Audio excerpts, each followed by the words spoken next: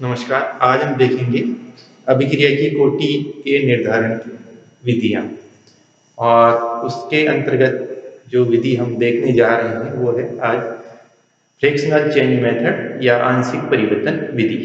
तो डिटर्मिनेशन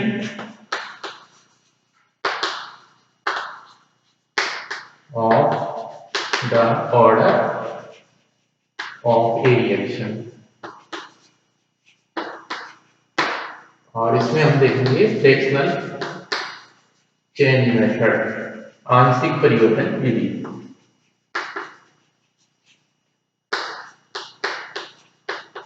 आंशिक परिवर्तन विधि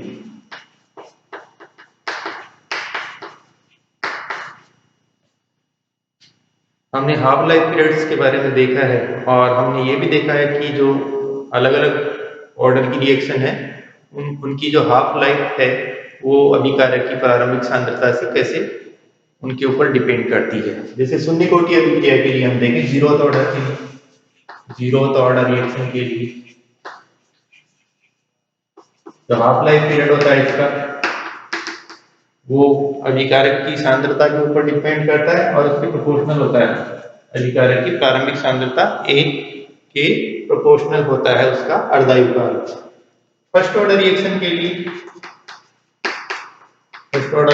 लिए जो अर्धायुकाल होता है वो क्या अभिकारक की प्रारंभिक सांद्रता पर निर्भर करता है? नहीं करता है।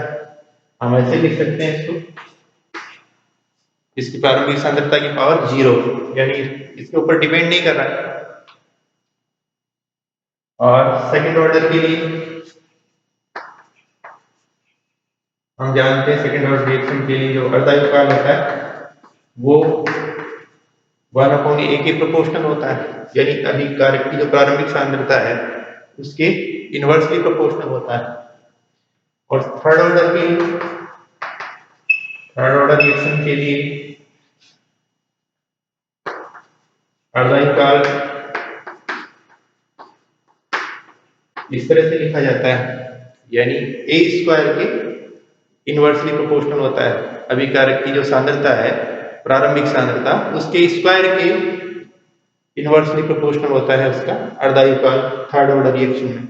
इससे देखिए ये जो है इसमें अर्धायुकाल अभिकारक की सांद्रता की प्रारंभिक सांद्रता यहाँ के प्रोपोर्शनल है, यानी हम ऐसे भी लिख सकते हैं इसको 1/a⁻1 इसके प्रोपोर्शनल है ये। और इसमें इसको आप चाहे ऐसे लिख लीजिए, कोई फर्क नहीं पड़ता, ये डिपेंड नहीं कर रहा फर्स्ट ऑर्डर में। तो इससे nth ऑर्डर रिएक्शन के लिए क्या लिखा जाएगा? nth ऑर्डर रिएक्शन के लिए क्या हम ऐसा लिख सकते हैं कि उसका जो अर्धायुकाल है वो उस अभिकारक की प्रारंभिक सांद्रता से इस तरह से संबंध रखेगा, उसकी जो पावर है वो यहाँ पे n-1 होगी। इस तरह से हम लिख सकते हैं nth ऑर्डर कोटि की अभिक्रिया के लिए हम ऐसा लिख सकते हैं। तो ये अर्धायुकाल हम किसी भी अभिक्रिया के लिए ऐसे रिप्रेजेंट कर सकते हैं कि वो अभिकारक की प्रारंभिक सांद्रता से इस तरह से संबंधित होगा। अब देखिए यहाँ अगर हम अर्धायुकाल की बात करते हैं तो इस तरह से लिख सकते हैं, लेकिन अगर हम अर्धायुकाल के स्थान पे हम ऐसा कहें कि किसी अभिक्रिया के लिए उसका जो अर्धायुकाल में तो हम कहते हैं कि रिएक्टेंट की आधी मात्रा, यानी आधा रिएक्टेंट चेंज हो चुका होगा उसकी मात्रा आधी रह जाएगी, ऐसा टाइम अर्धायुकाल कहलाता है। प्रारंभिक सांद्रता आधी रह जाती है, लेकिन हम ऐसा भी इसमें कह सकते हैं कि एक निश्चित मात्रा किसी रिएक्टेंट की प्रोडक्ट में बदल जाती है। मान लीजिए वो टाइम t है, तो nth ऑर्डर की रिएक्शन के लिए हम ऐसे लिख सकते हैं, यहाँ t रिएक्टेंट की निश्चित मात्रा जो उत्पाद के अंदर बदल रही है उसमें लगने वाला समय है। टाइम t रिएक्टेंट की निश्चित मात्रा जो उत्पाद में चेंज हो रही है उसको चेंज होने में लगा हुआ टाइम t है, तो वो उस की प्रारंभिक सांद्रता से इस तरह से रिलेटेड होगा। ये मान लीजिए क्वेश्चन नंबर 1 है। अब मान लीजिए हम दो एक्सपेरिमेंट करते हैं यहाँ पे। एक एक्सपेरिमेंट में हम कंसंट्रेशन जो अभिकारक की प्रारंभिक सांद्रता है वो A1 लेंगे और उसका निश्चित अंश जो प्रोडक्ट में बदलेगा उसमें लगा हुआ टाइम मान लीजिए T1 है, यानी T1 A1 से इस तरह से रिलेट होगा। यहाँ A1 अभिकारक की प्रारंभिक सांद्रता है और उसके निश्चित अंश को प्रोडक्ट में चेंज होने के लिए लगा हुआ समय T1। ये मान लीजिए एक एक्सपेरिमेंट हमने किया। दूसरा एक्सपेरिमेंट हमने किया उसके अंदर इस बार हमने अभिकारक की प्रारंभिक सांद्रता को A2 ले लिया है और उसका वही जो निश्चित अंश है प्रोडक्ट में बदलने के लिए मान लीजिए इस बार T2 टाइम लगा है। तो हम ऐसे लिख सकते हैं। अब देखिए इक्वेशन नंबर 2 एंड 3 इक्वेशन से हम ऐसा लिख सकते हैं। इक्वेशन 2 में 3 का भाग दे दीजिए, डिवाइड कर दीजिए इक्वेशन नंबर 2 को 3 से। T1 upon T2 is equal to A2 upon A1 power n-1। अब देखिए इसे हम n की वैल्यू निकालनी है। n क्या है? ऑर्डर ऑफ रिएक्शन, ऑर्डर निकालनी है। तो हम कैसे निकालें? इसके लिए हम लॉग ले लेते हैं। log T1 upon T2 is equal to n-1 log A2 upon A1, ऐसे लिख सकते हैं। n-1 क्या लिखेंगे? log T1 upon T2 log A2 upon A1, ये है n-1 के बराबर। अब n की वैल्यू निकालनी है, तो n की वैल्यू कैसे क्या लिखेंगे? log T1 अपॉन T2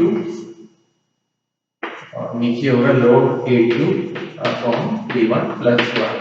इस तरह से ये n यानी ऑर्डर ऑफ रिएक्शन ज्ञात कर लेंगे। अब इसको हम ऐसे भी लिख सकते हैं, log T1 minus log T2 और नीचे log A2 minus log A1 plus 1। तो हम इस इक्वेशन के द्वारा अभिक्रिया की कोटि का निर्धारण कर सकते हैं। nth ऑर्डर रिएक्शन, कोई भी रिएक्शन के लिए हम उस अभिक्रिया की कोटि का निर्धारण इस तरीके से कर सकते हैं। तो ये कहलाती है फ्रैक्शनल चेंज मेथड, आंशिक परिवर्तन विधि। अगर हम इसके अंदर ये जो टाइम है T1 और T2 ये अर्धायुकाल लेते हैं तो फिर ऐसी स्थिति में इसको हाफ लाइफ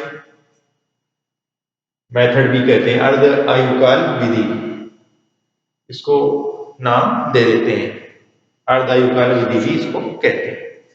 तो इस तरीके से हम अभिक्रिया की कोटि का निर्धारण कर सकते हैं। तो अब हम देखते हैं इसका एक एग्जाम्पल जिससे हम इससे ऑर्डर निकाल के देखेंगे। देखिए इस एग्जाम्पल के अंदर at 303 Kelvin ammonium cyanide is converted to urea. Half life of 0.1 moles per liter and 0.2 moles per liter. Initial concentrations. Solutions of ammonium cyanide is 1152 minutes and 568 minutes respectively. What will be the order of reaction? Order of reaction हमें ज्ञात करना है। अब हम अभी जैसा हमने देखा था n ऑर्डर ऑफ रिएक्शन हम कैसे निकालते हैं?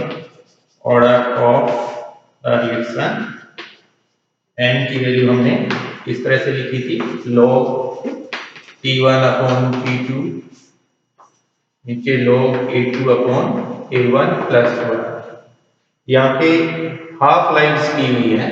देखिए इनिशियल कंसंट्रेशंस A1 और A2 की वैल्यूज दे रखी हैं। ये वैल्यू A1 की है, ये A2 की है, ये इनिशियल कंसंट्रेशंस दे रखी है। और हाफ लाइफ दे रखी है। इस इनिशियल कंसंट्रेशन लेने पर, ये इनिशियल कंसंट्रेशन लेते हैं तो हाफ लाइफ कितनी है 1252 मिनट्स। और अगर हम ये इनिशियल कंसंट्रेशन लेते हैं तो हाफ लाइफ है 568 मिनट्स। तो ये वैल्यूज हम यहाँ रखेंगे, एन की वैल्यू इस तरह से निकालेंगे। लॉग देखिए T1 हाफ लाइफ पीरियड, ये वाला मेरा अपॉन T2, ये 568,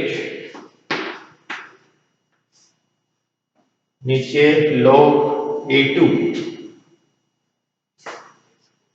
ये वाली कंसंट्रेशन 0.2, और A1 कितनी है 0.1